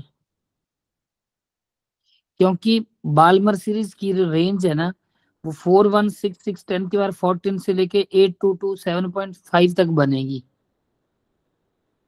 इस मतलब अगर हमने निकालनी है, क्योंकि उसकी फर्स्ट लाइन और फाइनल लाइन जो होती है इन्फिनिटी टू टू और एक 3 to 2, अगर हम करेंगे क्योंकि फ्रिक्वेंसी में कन्वर्ट करेंगे 1/λ is equal to R into 1/n1 - 1/n2 square को, तो बन जाएगा सी से मल्टीप्लाई कर देंगे और C/λ is equal to R C into 1/n1 square - 1/n2 square. ये रेंज देख लो, ये होती है, मैं लिख देती हूँ। ये होती है रेंज इसकी, विजिबल रीजन की। ये लैम्डा की हुई ना मैम, फ्रिक्वेंसी की तो उल्टा करना पड़ेगा ना। यस, मैं वेवलेंथ की लिख रही हूँ। देखो मैंने वेवलेंथ की रेंज लिख दी है, बाल्मर सीरीज में इतनी रेंज होती है। वैसे अगर मैम मैं लाइमन के लिए वैसे भी लिखूं, मैम वैसे विजिबल की 400 से 700 नैनोमीटर होती है, मतलब एंगस्ट्रॉम में 4000 से 7000 होती है। यस तो जैसे मर्जी आप लोग। तो फिर ए आंसर आना चाहिए ना, डी तो आंसर नहीं बनेगा कभी। ये सही ऑप्शन ही बनेगा फिर भी। टाइपिंग मिस्टेक हो सकती है, ए ऑप्शन ही आ जाएगा। आपको पेपर के पॉइंट ऑफ व्यू से जो मैंने अभी लिखा है ना कि पांचों की पांचों कहाँ पे लाई करती हैं, और इन दोनों की आप रेंज याद रख लेना कि क्या होती है एक बार ऐसे ही डायरेक्टली, क्योंकि पेपर में बार बार कैलकुलेशन करने से अच्छा है कि एक तो रेंज आपको पता होनी चाहिए कि लाइमन यूवी में लाई करता है तो उसकी रेंज क्या होती है, ठीक है। 900 से 1200 तक होती है, ऐसे इसकी 3600 से 6500 समथिंग तक जाएगी, तो एक इसको याद रख लेना। उसके बाद नेक्स्ट आ जाता है क्वेश्चन नंबर 14 है, ये भी बहुत बार रिपीट हो चुका है क्वेश्चन। क्वेश्चन नंबर 14 क्या है, the shortest wavelength of the Balmer series in hydrogen atom is. Shortest, shortest wavelength in Balmer series, तो बाल्मर सीरीज में शॉर्टेस्ट वेवलेंथ कब होगी, जब आपके इन्फिनिटी से पास, 2 में। यस, जब एनर्जी आपकी, एनर्जी और वेवलेंथ दोनों इन्वर्सली होते हैं ना, तो अगर इसको शॉर्टेस्ट करना है तो इसका मतलब एनर्जी को मैक्सिमम करना पड़ेगा, सबसे ज्यादा एनर्जी गैप हमारे पास ये होता है। N2 तक फॉल करवाना है, N3 हो गया, N4 हो गया, N5 हो गया, N6 and up to so on N infinite तक। तो एनर्जी गैप हमें सबसे मैक्सिमम चाहिए, तो वो कब होगा, जब हम लोग इंफाइनाइट से 2 तक जाएंगे तो हमें सबसे शॉर्टेस्ट वेवलेंथ मिलेगी। तो 1/वेवलेंथ का फॉर्मूला बनेगा 1/r इंफाइनाइट, 1/इंफाइनाइट का स्क्वायर माइनस 1/2 का स्क्वायर, ये आ जाएगा आपके पास। उल्टा लिख दिया मैंने,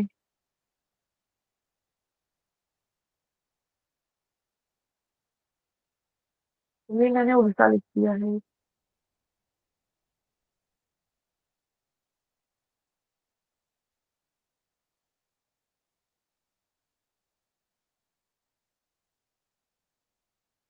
ये आपके पास 1/2 का स्क्वायर यहाँ पे आएगा, इंफाइनाइट का स्क्वायर ऐसे बनेगा। तो आपके पास यहाँ से ऑप्शन नंबर बी, नहीं ऑप्शन नंबर डी करेक्ट हो जाएगा, ऑप्शन नंबर डी करेक्ट हो जाएगा। ये क्लियर हो गया है सबको क्वेश्चन कि कैसे आया है।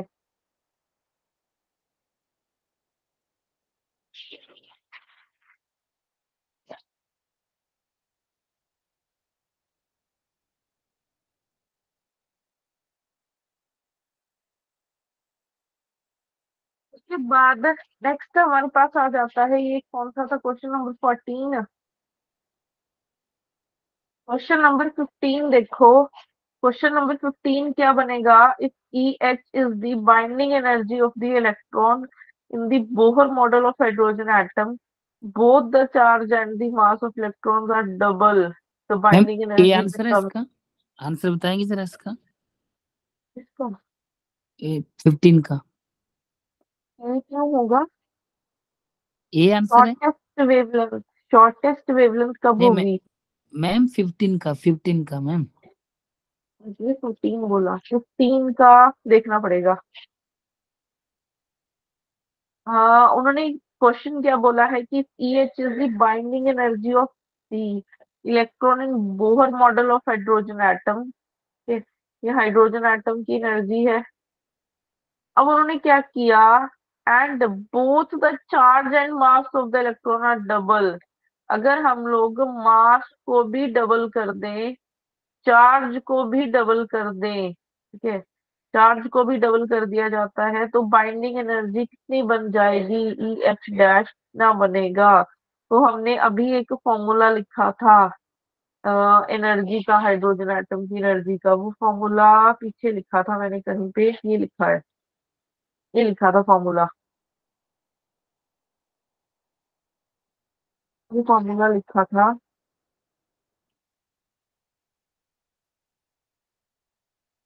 EH की देखो वैल्यू क्या है, minus mu Z square E4 by 8 epsilon not H square into 1 by N square. ठीक है, तो जेड हाइड्रोजन की बात कर रहे हैं, जेड तो वैसे ही 1 हो जाएगा। फर्स्ट एनर्जी की बात कर रहे हैं, तो एन को भी आप ले लो 1। तो अब आपने क्या करना है, मास और ई को आपने क्या कर देना है, डबल कर देना है। मास और ई को क्या कर देना है, डबल कर देना है। तो क्या बनेगा? मास को डबल करोगे तो ये 2 टाइम्स बन जाएगा मास, ठीक है, 2 टाइम्स हो जाएगा। और ई को करोगे 2e की पावर 4 टाइम्स निकल के आएगा, divided by 8 epsilon not H square into, इसको तो मैंने 1 ही सब्स्टिट्यूट कर दिया है। तो यहाँ से आपके पास क्या बना, 2 का फैक्टर ये निकला, 2 की पावर 4। तो ये कितना बनेगा, 2 की पावर 5 कितना होता है? 32 आ जाएगा ना। 32 आ जाएगा। तो ये 32 टाइम्स आ जाएगा आपके पास, 32 टाइम्स हाइड्रोजन एटम के। जस्ट मैंने म्यू को कर दिया डबल, ठीक है, ई को कर दिया 2 टाइम्स कर दिया, डबल कर दिया इसको भी, तो हमारे पास 32 का फैक्टर निकल के आएगा। तो इसका ऑप्शन नंबर ए करेक्ट हो जाएगा। ऑप्शन नंबर ए करेक्ट हो जाएगा।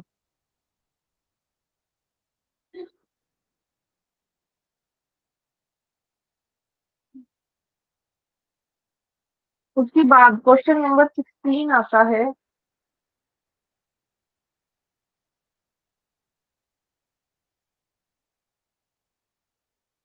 मैम बैक करना तो।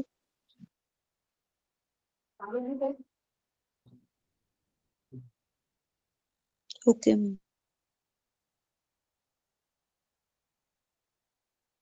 क्वेश्चन नंबर 16 क्या है?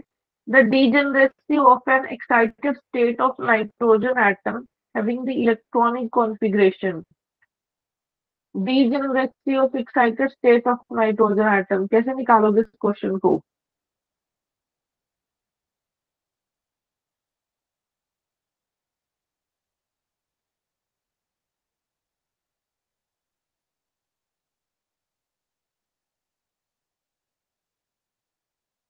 किया किसी ने अटेम्प्ट ये क्वेश्चन?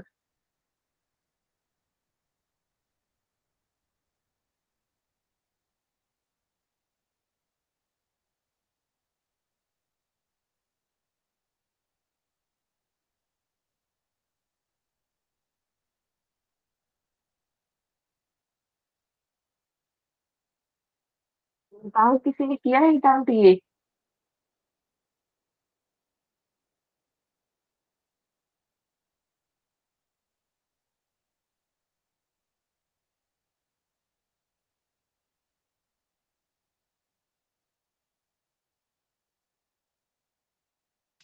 मैम इसके लिए एस की वैल्यू चाहिए होगी तो हम एस की वैल्यू निकालेंगे वहां से।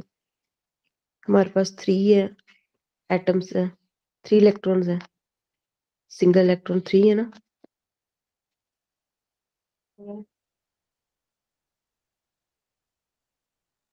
ना इसको आपको लंबा चौड़ा प्रोसेस करना पड़ेगा इसके लिए। आंसर आएगा इसका 150 आएगा कैसे डीजनरेसी निकालने के लिए।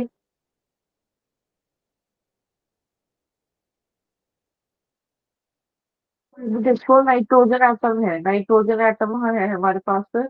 नाइट्रोजन एटम के लिए जेड होता है हमारे पास 7। इसकी इलेक्ट्रॉनिक कॉन्फ़िगरेशन लिखोगे 1s2 2s2 2p 3 होती है, ठीक है।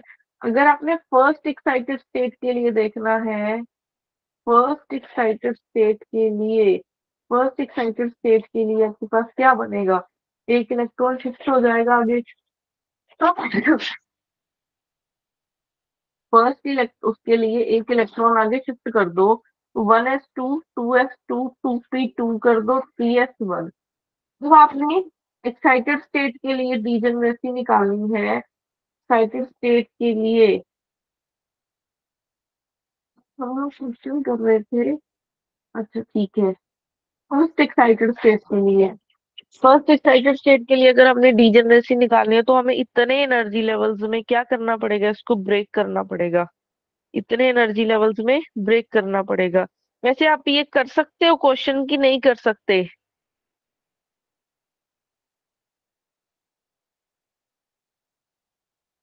बताओ। कर सकते हो नहीं कर सकते क्वेश्चन ये।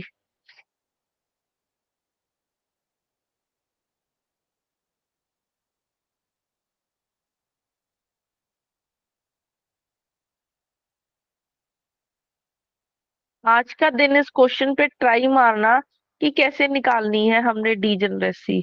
बाकी अगर नहीं होता है तो मेरे माइक्रोस्टेट को। वाला फार्मूला लग सकता है इसमें, जी, माइक्रोस्टेट वाला फार्मूला। कौन सी स्टेट वाला? माइक्रोस्टेट फाइंड करते हैं जैसे n फैक्टोरियल। लगा सकते हो। मैम एक फॉर्मूला होता है ना हाइड्रोजन एटम के लिए 2s+1 की पावर n डीजेनरेसी निकालने के लिए, वो फॉर्मूला लगता है यहाँ पे 2s+1 की पावर n। लगाओ दिमाग, हाइड्रोजन एटम के लिए तो मैंने आपको बताया ही था क्लास में। इसके लिए भी सोचो क्या बनेगा।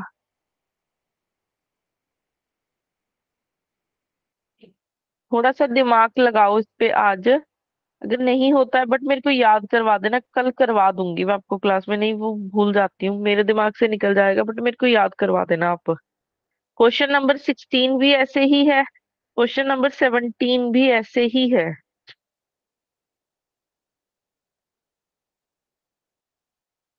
आंसर बता देती हूँ, इसका 150 आंसर आता है डीजनरेसी। बट जरूरी नहीं है पेपर में हाइड्रोजन नाइट्रोजन एटम के लिए पूछ लिया जाए, बहुत अलग पूछ लिए जाते हैं, तो मेथड पता होना चाहिए। ऐसी क्वेश्चन नंबर 17 में उन्होंने ग्राउंड स्टेट के लिए पूछ लिया। ग्राउंड स्टेट के लिए डीजनरेसी बताओ क्या होगी। ठीक है, नाइट्रोजन के ग्राउंड स्टेट के लिए। तो आज आप लिए एक बार ट्राई करो, अगर नहीं होता है कल इसी चीज को हम लोग कंटिन्यू करेंगे आगे। बट इसके बाद वाले क्वेश्चंस इजी हैं, पहले उसको देख लेते हैं फटाफट से, ताकि ये असाइनमेंट आपकी कंप्लीट हो जाए।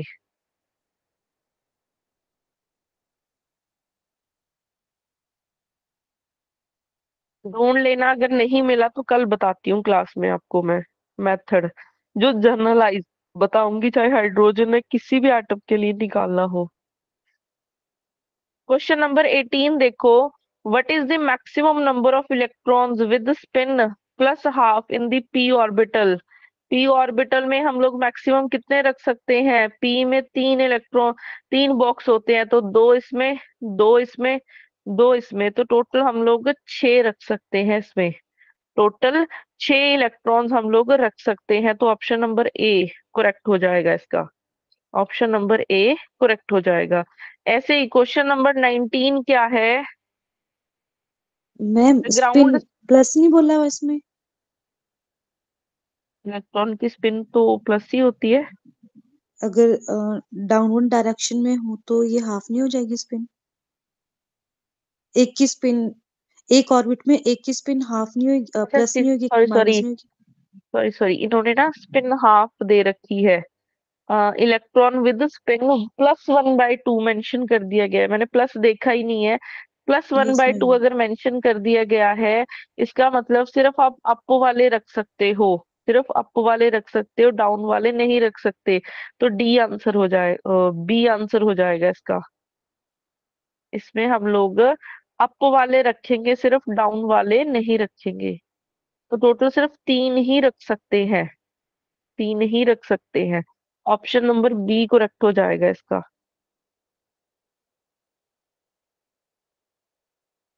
उसके बाद the ground state electronic configuration आपको दे रखी है एक, जिसका आउटर मोस्ट शेल में देखो 3d2 इलेक्ट्रॉन्स हैं। क्वेश्चन नंबर 9 में मैं आउटर मोस्ट शेल देख रही हूँ, उसमें 3d2 इलेक्ट्रॉन्स प्रेजेंट है। Which state in the standard spectroscopic notations is not possible in this configuration?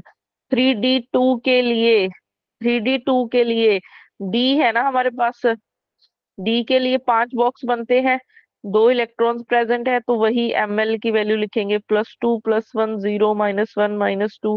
तो यहाँ से l की वैल्यू हो जाएगी समेशन ml, तो वैल्यू बन जाएगी 3। s आपका क्या बनेगा 1, क्योंकि इसमें भी 1/2 1/2, तो 2 टाइम्स 1/2 करोगे 1। तो j की वैल्यूज बन जाएंगी आपके पास l - s2 l + s। तो यहाँ से j की वैल्यू बन जाएंगी आपके पास 2 3 4, ये बन जाएंगी। तो यहाँ से आपके पास कौन से टर्म सिंबल आएंगे?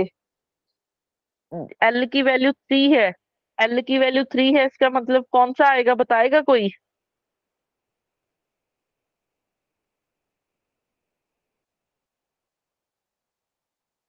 एफ।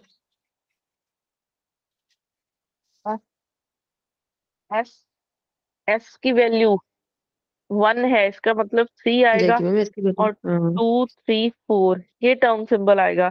तो अगर आप ऑप्शन नंबर 1 देखोगे ना, 1f3, 1 नहीं आ सकता, इसका मतलब फर्स्ट ही पॉसिबल नहीं होगा। ऑप्शन नंबर ए इनकरेक्ट हो जाएगा, करेक्ट ऑप्शन हो जाएगा। हमने पूछा नॉट पॉसिबल, तो ऑप्शन ए नहीं पॉसिबल हो सकता। उसके बाद क्वेश्चन नंबर 20 है। क्वेश्चन नंबर 20 क्या है? In the presence of external weak magnetic field the number of सबस्टेट्स into which the state, कौन सी दे रखी है? 4d 1/2 वीक मैग्नेटिक फील्ड की बात कर रहे हैं, स्प्लिट होगा। तो कितने लाइंस में स्प्लिट होता है ये? टोटल नंबर ऑफ जीमन लाइंस ये होती है आपके पास 30 जीमन लाइंस में स्प्लिट होता है ये, 2j + 1। तो j की वैल्यू आपको दे रखी है 1/2, तो यहाँ से आपके पास हो जाएगा 2 से 2 कैंसिल, 2 लाइंस में स्प्लिट होगा ये। ऑप्शन नंबर ए हो जाएगा, ऑप्शन नंबर ए। वीक मैग्नेटिक फील्ड में कितने लाइंस में स्प्लिट होता है? mj वैल्यूज में स्प्लिट होता है, और mj वैल्यूज होती किसके कुल मैम है? इन्होंने डी 2j। पार्ट बोला है। गलत है, गलत है फिर वो, ये ऑप्शन हो जाएगा। Question number 21, the number of जीमन components for the transition. एक ट्रांजिशन आपको दे रखी है, 3d3 से 3p2 तक ट्रांजिशन हो रही है, इसमें नंबर ऑफ जीमन कंपोनेंट्स बताने हैं। Number of जीमन components, number of जीमन components किसके इक्वल होते हैं? 2 times J1 + J2 + 2 times J1 + 1। अब मेरे को बताओ J1 और J2 की वैल्यूज क्या होंगी? ये J1 की हमने वैल्यू 2 किया है ना लेंगे और लास्ट J2 की वैल्यू में। 3 लेंगे। 15 J1 आया की इसका वैल्यू कितनी आंसर। बोली आपने? J1 की वैल्यू 2 लेंगे, स्मॉलेस्ट लेंगे ना, ये होता है और J2, J2 की वैल्यू ये 3 होता है लेंगे। J। तो J1 की वैल्यू 2 और J2 की वैल्यू 3, तो यहाँ से बन जाएगा आपके पास 2 + 3 + 2 टाइम्स 2 + 1, तो ये बन गया 5, 10 बन गया, और इधर बन जाएगा 5, 15 आएगा आंसर इसका। यस, ऑप्शन नंबर डी आ जाएगा, ऑप्शन नंबर डी आ जाएगा। उसके बाद नेक्स्ट क्वेश्चन नंबर 22 आता है।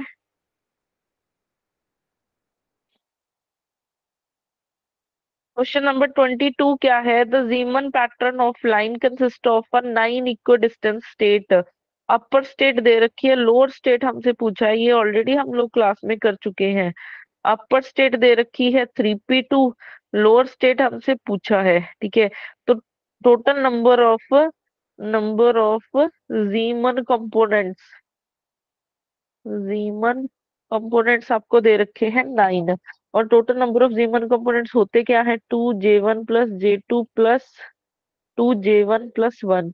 तो ये आपके पास ऊपर वाली स्टेट होती है J2 और नीचे वाली होती है J1।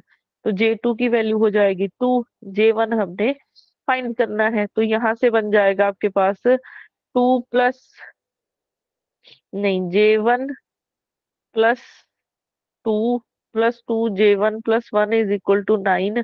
तो यहाँ से 2J1 + 4 + 2J1 + 1 = 9। तो 4J1 + 5 = 9। कितना बनेगा ये? 4। J1 की वैल्यू आ जाएगी 1। तो J1 की वैल्यू कहाँ कहाँ पे प्रेजेंट है? 1 एक ही स्टेट में आ रही है, 3s1 में। 3s1 में एक ही है स्टेट जिसमें J1 की वैल्यू 1 है, तो ऑप्शन नंबर सी करेक्ट हो जाएगा, ऑप्शन नंबर सी करेक्ट हो जाएगा। उसके बाद नेक्स्ट क्वेश्चन नंबर 23। ये ऐसी चीजें हैं जो हम लोग जीवन वाली असाइनमेंट्स में भी कर चुके हैं, इसलिए फटाफट से करवा रही हूँ मैं आपको। The number of question number 23, the number of normal जीवन स्प्लिटिंग कौन सी ट्रांजिशन है? 1D से 1T से 1D तक हो रही है। इसका आंसर बताएगा कोई कितना होगा? इधर आपको J की वैल्यू नहीं दे रखी, तो टोटल नंबर ऑफ जीवन स्प्लिटिंग कैसे फाइंड करोगे? मैम एस की वैल्यू दी है और एल की वैल्यू भी दी है, तो जे निकालेंगे। यस, आप यहाँ से निकाल सकते हो। मैम आंसर क्या है इसका? इसको भी नहीं पता, सॉल्व करना पड़ेगा। इसका मैम एस आंसर की वैल्यू तो आप 0 हो रही है ना, एस की वैल्यू 0 हो रही है, तो डायरेक्टली जो वैल्यू एल की होगी ना वही एस की होगी, एल और जे की वैल्यू सेम आएगी ना, क्योंकि एस की वैल्यू 0 की आ रही वैल्यू है, इसके तो लिए ये भी इजी निकल जाएगा। वैल्यू 0 है, एल की वैल्यू इधर 1 है, इधर एल की वैल्यू 2 है, तो जे इधर आ जाएगा 1, जे इधर आ जाएगा 2। तो टोटल नंबर ऑफ रीमन कंपोनेंट्स ये बन जाएगा आपका 2J1 + J2 + 7 आया। 2J1 + 1। तो यहाँ से ये आपका बनेगा 2, ये बनेगा 1। तो आपके पास ये बन जाएगा 1 + 2 प्लस ये बना, तो 2 × 3 + 4 + 1, तो 6 + 4, नहीं, 5, 11 आ जाएगा इसका आंसर, और 11 ऑप्शन में ही नहीं है।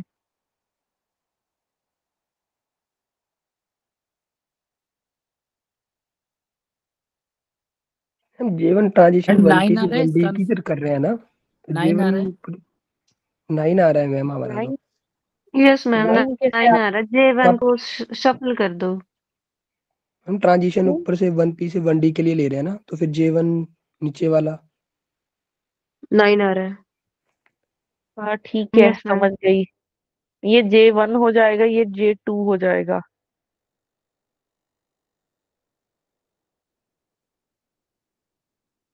ये 2 बन जाएगा 3, 9 आ जाएगा आंसर।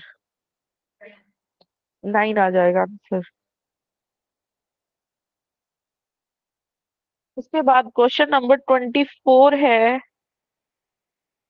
इससे number of permitted transitions.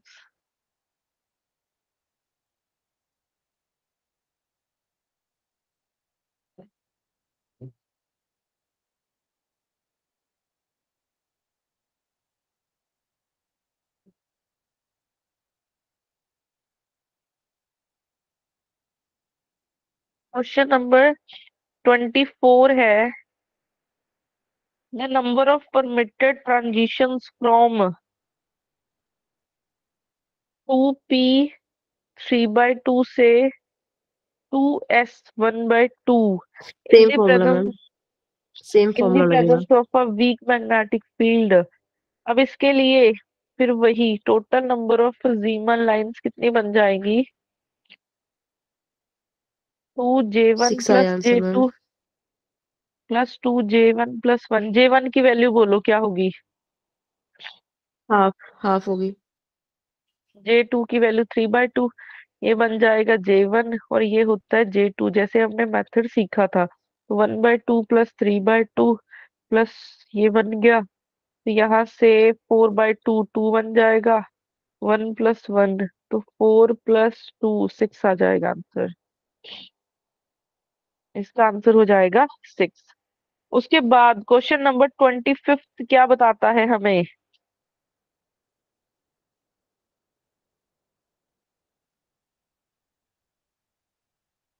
B option ma'am.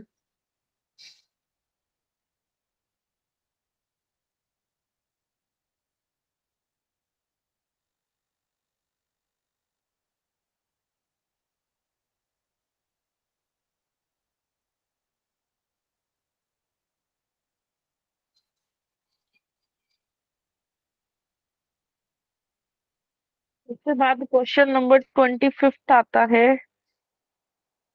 Question number 25 क्या है? Pauli's exclusion principle states that, option number A है, 2 electrons can have all the quantum number same. नहीं, ए नहीं हो सकता।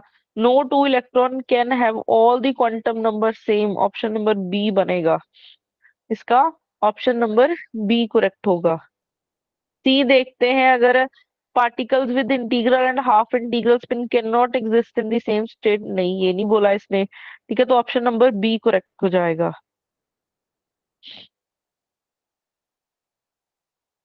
उसके बाद आ जाता है क्वेश्चन नंबर 26।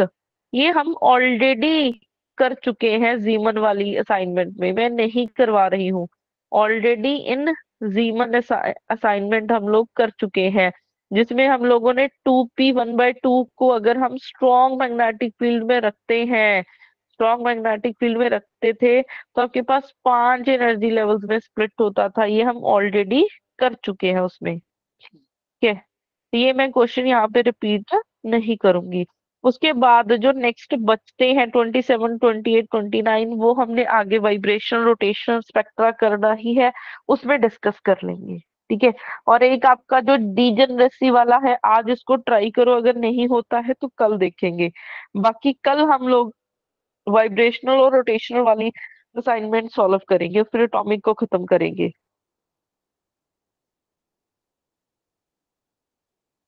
एक्सक्यूज आज मी के मैम। लेक्चर में किसी को कोई डाउट हो? हाँ जी।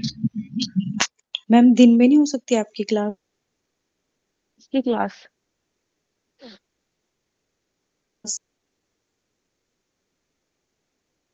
आज बीच में थोड़ी सी।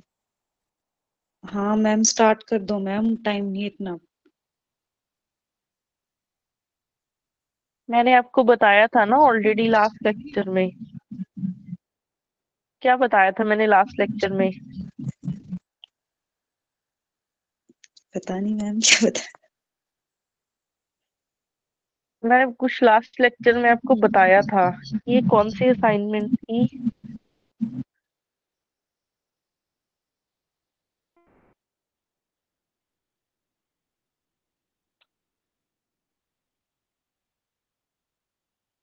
और एक जो आप मटेरियल साइंस के नोट्स मांग रहे थे, वो मैं आपको आज ग्रुप में अभी भेज देती हूँ, वो रिवाइज कर लेना।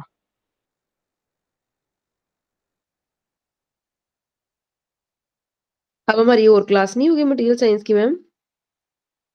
होगी, वो नैनो टेक्नोलॉजी है ना।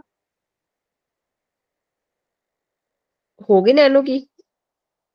हाँ जी, हाँ जी, बट आज तो मेरे को पता नहीं है होगी कि नहीं होगी। मैं पूछ के बता दूंगी, बट क्या बोलते हैं आप, कोई बच्चे ग्रुप में मैसेज कर रहे थे ना, मटेरियल साइंस जो हो चुकी है उसके नोट्स चाहिए थे।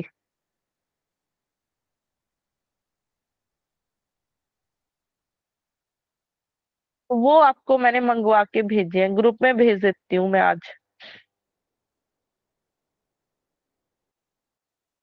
मैम वैसे आप दिन के लिए क्लास के लिए बोल रहे थे ना मैम? मैम पहले